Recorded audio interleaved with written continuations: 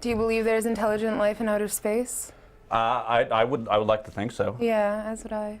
There's intelligent life in this space. I mean, David Bowie thought so. Warren's Right got here. his Bowie shirt on. Yeah, nice. Love that. They're living among us. So people, yeah, they're living among us. Warren may be one of them. Moral issue. So this was a question that Jessa had formed. People personally feel powerless to create peace. What can you share to help them understand their personal power and value? Well, that means, are we talking about personal peace or world peace, and to find their personal value? I'd say, again, get away from society. Spend some time really getting out of the world and into yourself. Okay, so I did, as I said, a lot of time on the road, and I filmed, as Warren was talking about earlier, out at Utah at the Delicate Arch, and a lot of the time was just spent shouting to the universe, improving whatever things came off the top of my mind. A lot of folks said, "Hey, you've lost your mind. What are you doing?" I'm like, "Well, it's kind of experimental. It's performance art, and." I can drive back into town and I'll wear my suit and tie and I can communicate just as much as you with, the regular guy. And folks would say, well, but why are you wearing that gold cape? Isn't that a little much? Aren't you trying to you just want attention? And I actually found that, when you go out where there's absolutely nothing, like Salvation Mountain, which is in lower California, actually on the eastern side, there's a desert there. It's near the Salton Sea. There's a place called Slab City. There's a lot of meth heads, but there's a lot of artists. It's just kind of, it's freedom land.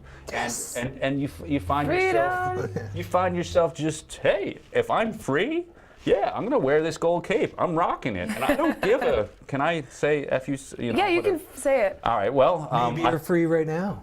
I don't know if I'm free. I didn't want to get you kicked off the station. And so that proves that, restraining my FUCKs here, that I understand the boundaries of society. You do. Maybe they're illusions.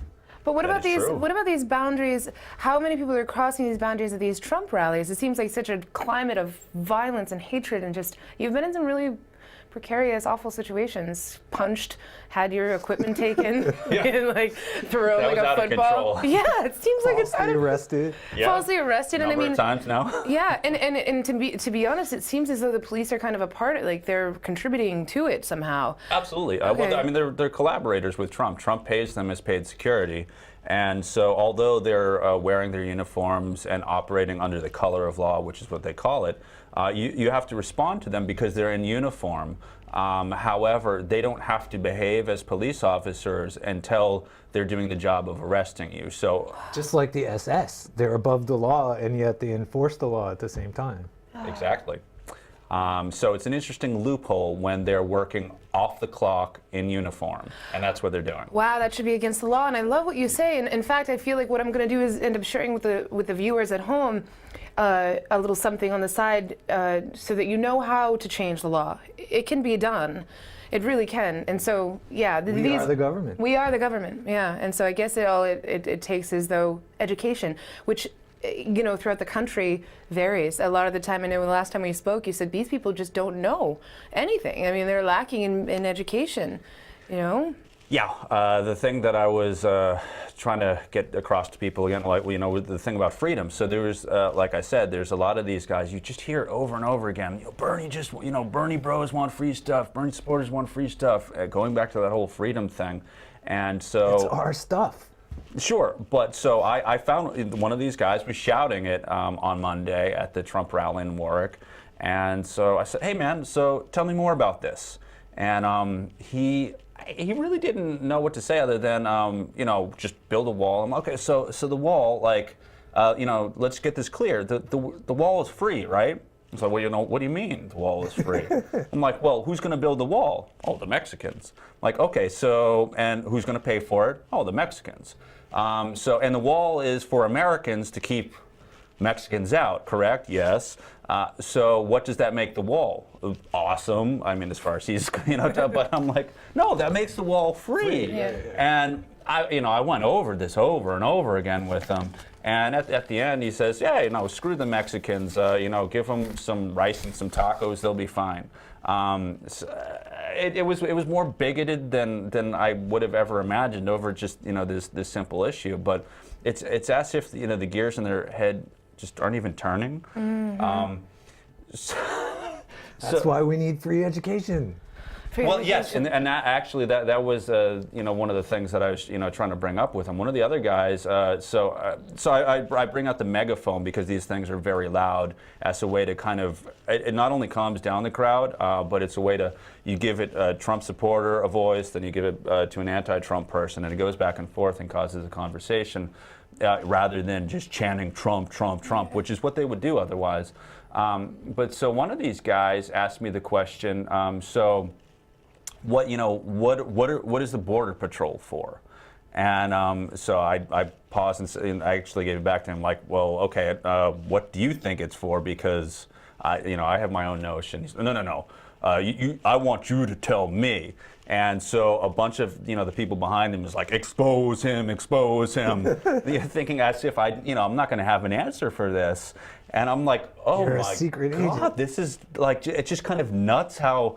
This is their thinking, like secret agent SS Secret stuff. Muslim, Yeah, and I don't like to get into these Nazi Germany comparisons, but when they start chanting something like that, it's good God, man, are you for real? And so I just said to him, it's for rounding up people that have been here centuries before us, but we've taken over. It's like, oh no, it's they crossed the border illegal. I'm like, no, the border crossed them, man. And then the police came in and pushed us away. For speaking. Let me, we're just going to cut here for a minute. I'm just afraid that this is rubbing against. It's my beard. But let me, Okay. we're just going to bring it up over here. Over here? Yeah. Okay. Just so you don't get that in case. Right there should be fine. My beard is imposing on our technical. Yeah. It's nice and combed. Yes. In a ponytail. And braided. Braided, yeah, that'd be nice when you go to Cali. Yeah, no, I braided in jail the other night. Oh, speaking of which, you've been now arrested how many times? With the political things twice. I went to get arrested at the Democracy Spring, but I had some issues with upper management there, so I opted not to. Yeah. So. I don't want to get into all that.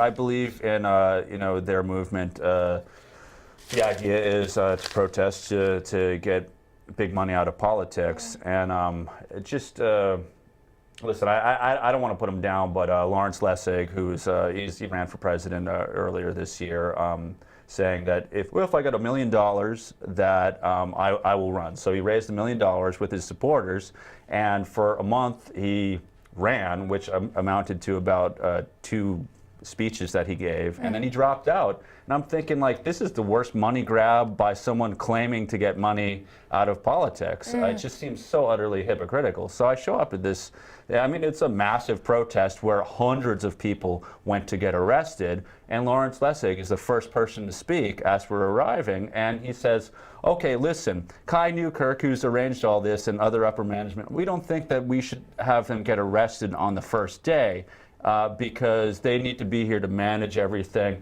Is everyone okay with that? And he raises his hand, to do a vote. And he does this 3 times, and all 3 times, everyone raises their hands and kind of cheers in the affirmative, except for me, thinking, the captain goes down with the ship. This is not right. Yeah, but the captain goes down last, after everybody else gets off the ship. Well, on the first day. You can't. Right. You can't have the captain jump off the ship and just leave everyone to die. And that was my feeling. So I called them out on the 3rd time when they were trying to wrap it up. I'm like, I think this is a problem, and so he said, no, not now. And for that reason, I decided it made things weird. So I stayed to help with the logistics, moving oranges and bottles of water and things like that, and trying to help out the movement, but felt a little bit uncomfortable. I didn't know where they were going to go with things, and the whole idea of democracy is that you get a vote. And when it came time to vote, and I'm actually trying to to voice dissent, and they don't give me a vote. Yes, they did. Everyone voted against you. You were the only vote against. There were all those people raising their hands saying, "Okay, we vote for," right? Do you think your vote should count more than everyone else's? Oh no, not at all. No. But we should. It should be heard. I mean, just like Hillary doing these things to the voting box, or I don't want to say Hillary personally, but these things with the voting machines. There's a lot of fraud happening, a lot of election fraud, everything being rigged. It's really kind of. I wasn't looking to give a speech. I wanted that you acknowledge that we get the nays, and because every time it was asked. It was ignored. Yeah. That's all. What is your pie in the sky environmental or social dream? Pie in the sky environmental social dream would be that we stop driving around in cars. I mean, we could be having state-of-the-art rail system, railways, and Amtrak. Absolutely. Yeah. But I mean, the whole thing is that takes people to organize and. You're a good organizer. Oh, I don't know about that. Would you ever run for office? Oh God, no. I'm running for office. You are running for office? 2018, baby. Yes, high five. 2018. Yes. Do you need? Let me know if you need any management. State rep. Yeah. Okay. Oh, I'm so happy to hear that. Wow, good. We need more. My friend Tara's already running 2016. Great. Got 14 people also running. We can change this government because we are the government. We are the government. Let me know if you need help with anything. Sure. In the future, for sure. I'd love to be a part of that. We are the next policymakers. That's kind of how I feel, And this is right here now. What's happening here is just a platform to speak. I love public access television. So we've heard a lot about me. Let's hear about Warren. What are some of your policy platforms going to be as state rep? Yeah. Democracy for everyone. Everybody should get a vote and automatic voter registration. I agree with Bernie in most of the things. I think that ordinary people should get a say in their government, and that policies should benefit regular people and give ordinary people the opportunities that we used to have in the 60s and 70s that got completely gutted by Reagan and the Clintons. Income equality. End the war. Environment what too. About ending the war on drugs and ending these private prison systems? The war on drugs is only there to arrest the anti-war left and black people. Yeah, that's one of my biggest issues is like private prisons, war on drugs, incarceration. No, we need rehabilitation, care, compassion, love. Yes. So speaking of the prisons, when I was in jail the other night, the thing about Harrisburg that struck me is walking down the street and seeing, especially the people at the Trump rally, overwhelmingly white. However, inside the jail was overwhelmingly black. Yeah.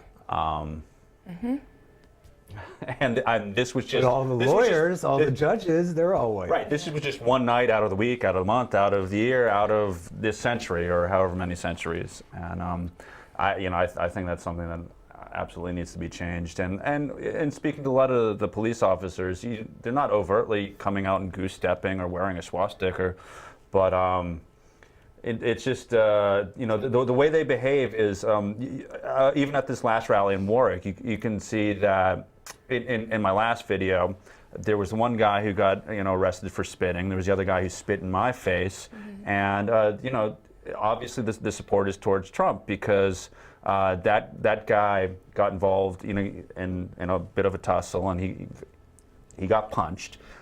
So.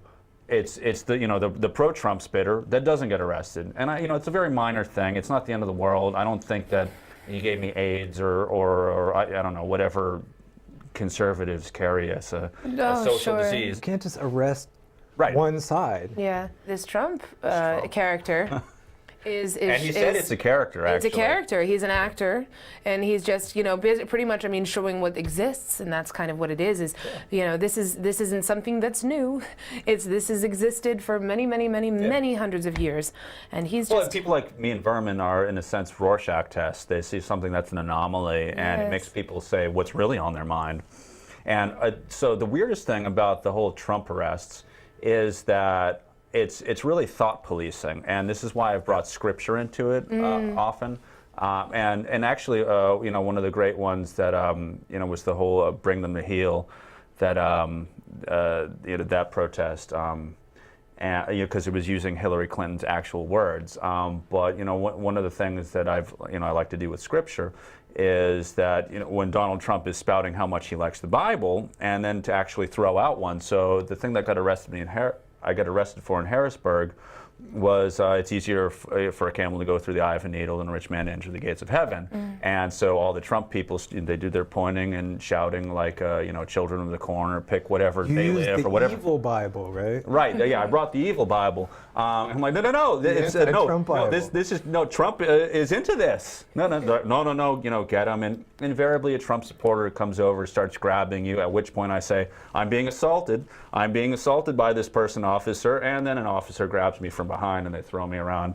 And then you ask the officer what the charge is, and he just does this Joker laugh in your face. Yeah, You heard it's that, so okay. disturbing. I listened to that. Where was that? That was Harrisburg, Pennsylvania. Yeah, kind of the middle of these very large fields. I actually asked one of the guys that I was arrested with. He was in the paddy wagon. He was one of the more vocal guys on the other side. I couldn't see him. We couldn't see each other for hours. We were just in this paddy wagon, which was stationary through the rest of Trump's event, and then for about I'd say like 2 hours that we're sitting there, and then we're shifted over for another 3 hours that we end up in the jail itself. So once it was finally all over, I'm like, what's with all these fields? How are they able to mow these lawns in Pennsylvania? They're all so green and flat, and they seem to go for miles and miles. He says it's some kind of ordinance, it's a law that you have to. This is getting off point. No, but it's funny that you mentioned this. It's like a very strange law. No. It's funny that you mentioned this, because I feel like we are prairies living within a world of lawns, when we need to bring back the prairie. Yeah. Freedom is within all of us. Yeah. We're prairie fairies. Prairie freedom. Yes. That prairie train. Some people believe in building 7. Yeah. Even though people disagree on what things mean, a lot of people agree that there are supernatural forces in our lives. And I like to describe them that way. And I think that a lot of people ask me about the fairies in disrespectful ways, and so I deflect by talking about. I don't mean it like that. I'm very curious. Not you, but I deflect by talking about ponies. I usually talk about ponies instead. No, earlier I was accusing you of hating ponies because you weren't behind Vermin any longer, saying he's a libertarian. He officially? He's officially a libertarian. He came in 4th in Utah. Well, he switches all the time, so I'm not surprised. Hey, Vermin! Vermin! You make it sound like I should be. He's officially. No, of course he's ran as a Republican. He's ran as everything. So. Well, sure, but right now he's a libertarian. Okay, no. I went in to sign up with Vermin on that. Well, not with him. That was our intent. We had talked about it. I got there late. Obviously, you were there with Vermin to sign up to get on the ballot in New Hampshire. Yeah, he was a Democrat then. Right. No, he was a Democrat, and actually, I've always registered as an independent all my life, and this was the first time that I was forced to pick one side or the other. So I picked Democrat from a strategic standpoint. Then you can vote in the primaries. Then you can vote in the primaries. Well, right. If you pick one. That's already Or passed. you can run. No, I didn't vote in the primaries as much as I'm involved. I thought it was more important to do what I was doing with Trump. I was actually down in Orlando at this time, and well, because you've got to be nonpartisan. Yeah, that's true too. But otherwise, they throw you out. Even nonpartisan people can vote behind the scenes. I guess. But hey, that backs up my nonpartisanness. Yeah. I guess. Well, okay, how about this? Sure. So I was, a friend of mine had sent me a few messages discovering that you were going to be on the show. And this is just something that he said, and I want to know how you feel about this. He said, personally, I believe the election process is a farce and the candidates are all essentially actors, and whoever the powers that be thinks will stir the pot on the predetermined direction of the next movement of change or stillness of growth has already been chosen for what is basically a public relations job. I think Trump is a distraction. I don't think he is the one, but the one to suck the wind out of the party he is pretending to represent for this election. He went on to say, the government runs a tax farm. The way to get the most out of hired help is to make them feel like their say matters. It's all a hoax. That's so true and so untrue at the same time. Yeah. I like that it's handwritten. I did. I wrote it. I rewrote it. It is, and I like what you're very saying. old school. Thank you. I like what you're saying because I feel like you're running. You have people that are running, and I mean, I'm all about the local politics. So I'm really happy to hear that you're running. I've got plenty to say about that. Yeah. But I always, no, I wanted to give Warren a chance if you want. What do you think? Well, like a lot of my veteran friends say the same thing. They say it's all rigged, it's an oligarchy, you have no say in it, it's all a complete illusion, your vote doesn't count, the voting machines control everything, it's all play for our benefit to give us the illusion of democracy. And that's partially true. A lot of it is rigged, but at the same time we do have a voice. We just have to fight for it. It's not just a vote. You don't like once every 4 years go and tick a box. You have to actually get involved in the process if you actually want your voice to be heard. You have to get on TV and rant your say and protest. Like I've got 2 lawsuits going right now in Is that all? in New York. Well, they got 40,000 of the votes in Brooklyn overturned so far. I would believe that. And I mean, I keep seeing it pop up all the time in the news. yeah, even though the oligarchy and the shadow government or whatever, the party machines do suppress us. They don't completely suppress us, and I feel like they want us to think that either you do have a complete say and voting gives you total freedom and democracy, or you have no say at all and you should just stay home. But the truth is somewhere in between. And I think this is the thing, going to as many of the rallies as I have, in any given city and anywhere in the United States, you can pretty much count on that all of the main candidates are going to show up to your town or at least a city near you. And all you really have to do is look at the numbers of people that show up. I've gone to Hillary events all over the country. I've gone to Bernie events, et cetera, et cetera. The Bernie events dwarf, I mean, even Donald Trump events, which are massive. The Donald Trump event in Warwick the other day, they estimated was 1,500 people, which is not a massive one. That was relatively small, and that was about what I was guessing at the time when I was there. But the day or 2 days before that, I was at Bernie in New Haven, and again, it was like 5 times that many. Well, it was 9,000. Yeah. So it was way more than 5 times. Yeah. It was gigantic. And earlier in that same day, I went to a Hillary event, and maybe there was 1,000 people. Mm-hmm. Maybe. I mean, it was a school gymnasium. So there's no doubt in my mind, looking around, even in the South, where Hillary did very well. The Bernie events were massive, and Hillary kept playing at churches, which some of them were big churches, but they're just churches, and Bernie's packing the house. But she's a private person. She doesn't want to have big events. She's doing it on purpose, right? Yeah. But as to your question about Trump and the illusion of what we have, whether it's an oligarchy and whether we can really vote, I agree with Warren. For the most part, that it's a mixture of both. But the reason that you find Donald Trump coming so much in the videos that I post is that clearly there's a lot of hate and animosity that goes on, and I can go to a Bernie event or a Hillary event, and for the most part, nothing happens. So when something explosive happens, that's, well, okay, it's a video that's worthy of being put out there.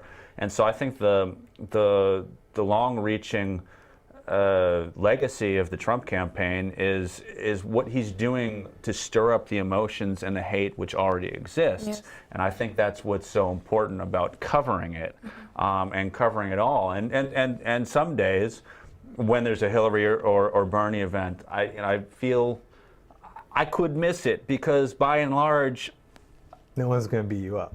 right, well, not that I'm going there just to get, I certainly don't want to get beat up. Right. Right. But it's mostly peaceful. Yeah. When I go to a Hillary event, the last one, I had full press credentials, and I did have an incident with police. And that's the main thing with Hillary events. They don't go so far as to they're going to beat you down where it's full fascism, but the police they essentially said that I didn't look like press. And I'm like, well, what does press look like? Wow. They wear suits or whatever. Right. Well, They don't have the funny thing beards. is, I was wearing a suit, and so oh, is it my beard? Do I look too? I don't know. What is that? Too much that's like all profiling, and it's not well, all something the that they should be presidents- doing. It's totally profile. It's all the profiling. presidents have had facial hair up until recently. If you go to Rapid City in South Dakota, where they have a statue of every single president, by and large, they have facial hair and a top hat, which is how I dressed for the first half of all of this, to look like a president. And when I was questioned about it, I'd point out, I'm just dressed as a president. And, oh, but you're a terrorist. No, no, you're a loony. Right, so it's still fascism, it's just like kinder, gentler, Right. friendly fascism. Yes, like Furman's mantra. I think that's actually, Berman may have gotten it from the title of a Noam Chomsky book, which is called Friendly Fascism. Oh, well. Okay. Why did you get into this line of work? The so two of you have there's- worked together, haven't you? Yeah. Many times. Yeah, I was in Pony Trouble as Agent Yeah, Freeze. my producer forced him to be in my movie because we got in this brawl and he wanted to bury the hatchet and he was like, no, Rod, you have to. Yeah, so I've done a lot of things with political themes. I did a film called My America in 2011, which was, we shot in 2010, which was about the Tea Party activists that were going out there. And we'd seen, me and Joseph James Bellamy, who's one of my co-writers, co-producer, he's an African American, and we had seen the headlines about Congressman Lewis, who had marched with Dr. King.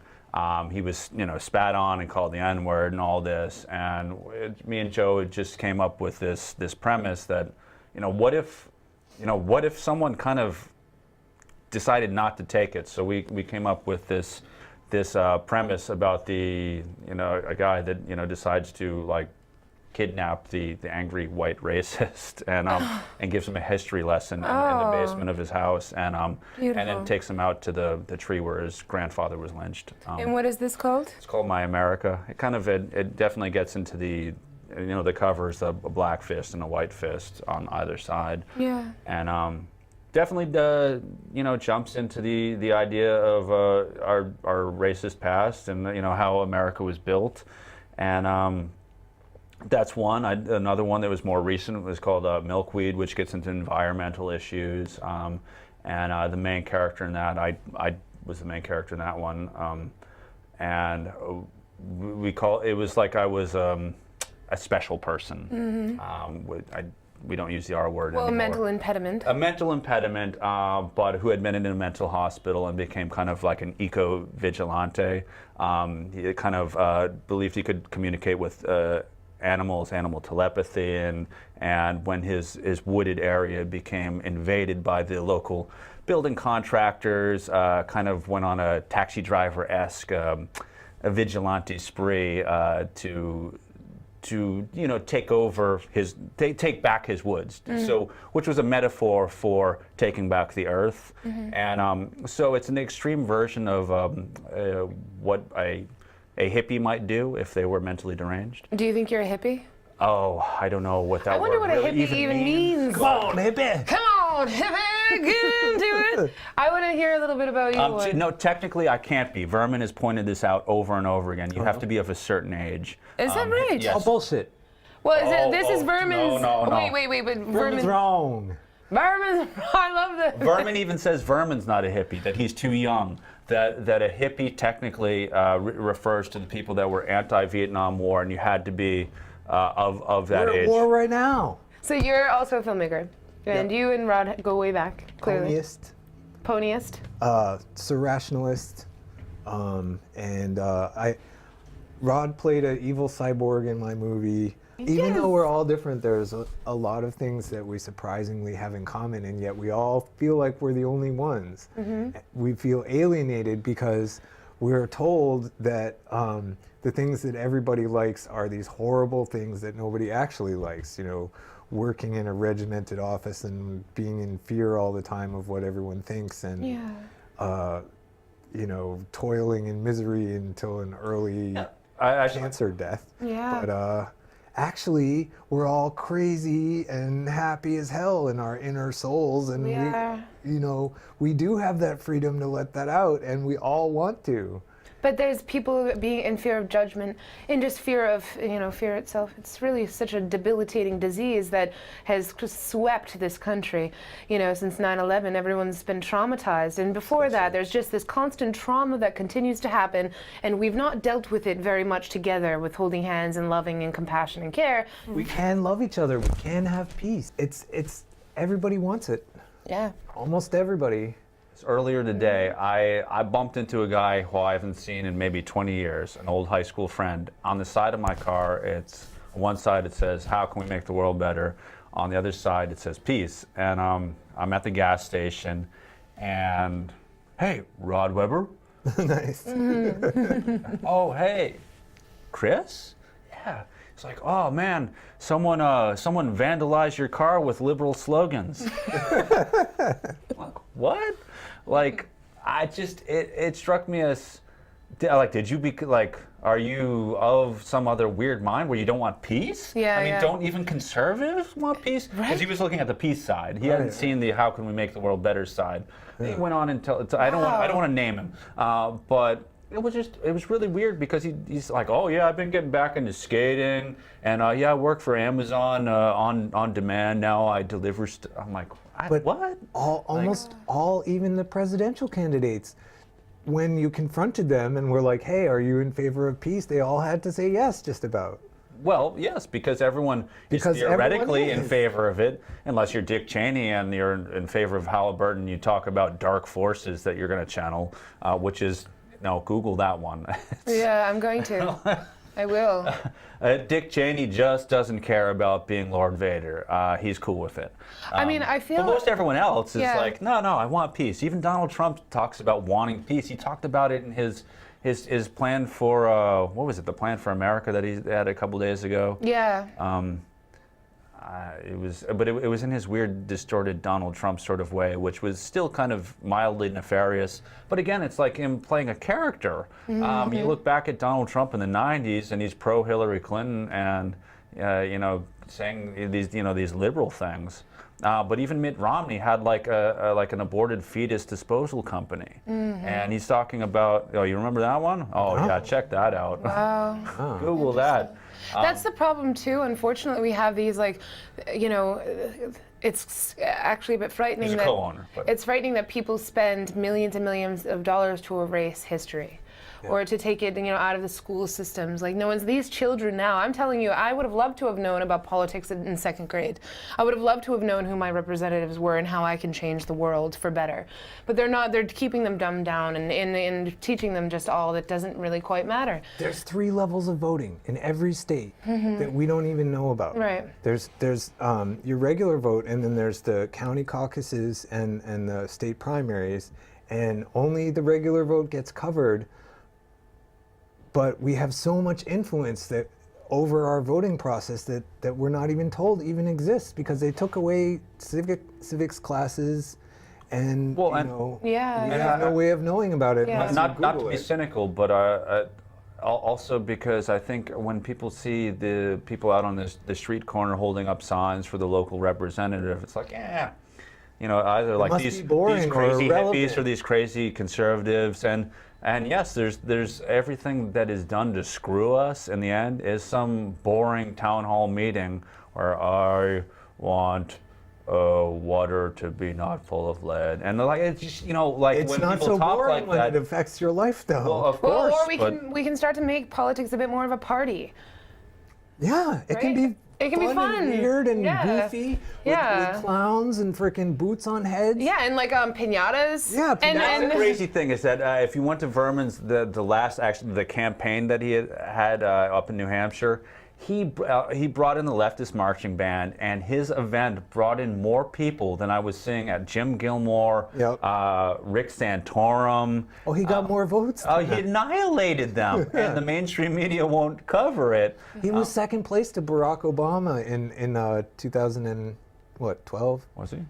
Yeah, he was the second place runner-up in the Democratic I would- Party. Yeah, but if you have enough clowns, then you get ratings, and that affects their bottom line. And Well, and you can actually see, looking back at my earlier stuff in this election cycle, that certainly I was going out there. That was my thing. I went out with a bouquet of flowers to all the candidates, and I said, I want to offer you a flower for peace. That should you become president, that there, as a symbolic gesture, there'd be peace over your term.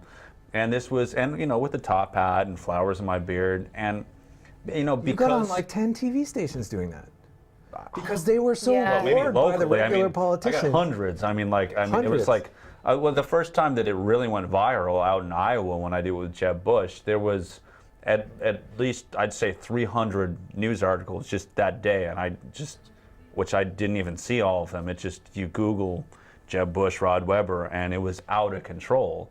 And it calmed down a little bit once I got back to New Hampshire, but then it was like a thing. Well, because And- democracy is advertising at its core. Exactly. And so And and you I have to, as a advertising is filmmaker and an entertainment. artist, that was something that I understood going into it. It wasn't something that, as much as a lot of people in the media portrayed it as I stumbled into this, I get that. I get that you need a visual symbol, and a flower, as much as that might be stealing it from the 60s thing, that's eternal. The It's a flower bright is an color. eternal symbol. Yeah. And I interview people constantly, even when I'm with the Trump supporters and they might be saying hateful things about getting rid of Mexicans. I always ask, define a flower is my last question. And, for the most part, they're like, are you crazy? Like, okay, that's fine. You don't want to answer, then moving on. The Bernie people are more likely to answer that, but there are so many answers that I've heard from, well, it's a flower it's a sexual organ of a plant, or you might say that it's a symbol of rebirth, or at a funeral it's a symbol of death, or it goes on and on what people will answer, but they obviously they have to be open to thinking philosophically about what this beautiful symbol, which has meant so many things to so many people over the centuries, over the millennia. Just think of it like just open your mind to it, and you will open your mind to the universe. And for better or worse, it's the Bernie people that have been they're the ones who are open to thinking about it, and so I give them a lot of credit. I do too. Well, I do too. And they're so much more successful than so many other politicians who had the same kind of message. Dennis Kucinich, the Green Party, because they have dank memes. Yeah. Because they have bright colors and cartoons and clowns. Should we sing a song? Sure. All right. Is Warren on vocals? More on some vocals. Do you have a capo? I do. Awesome. Let's do it. Let's go 1, 2, 3, 4, 5.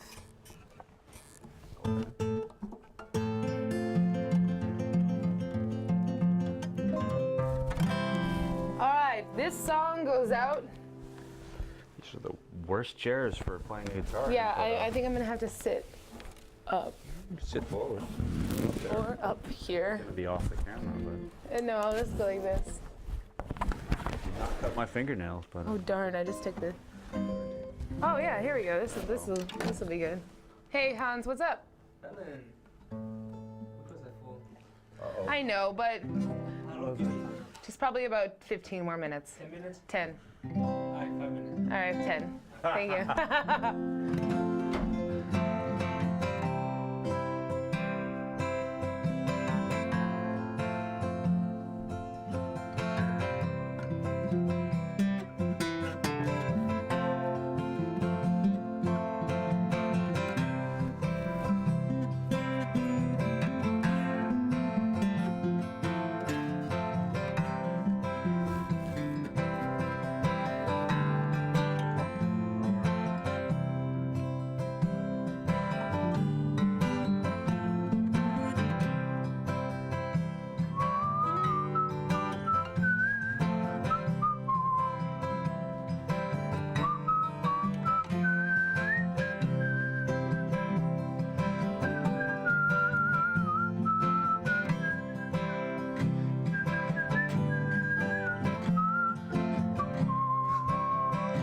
I smiled the other day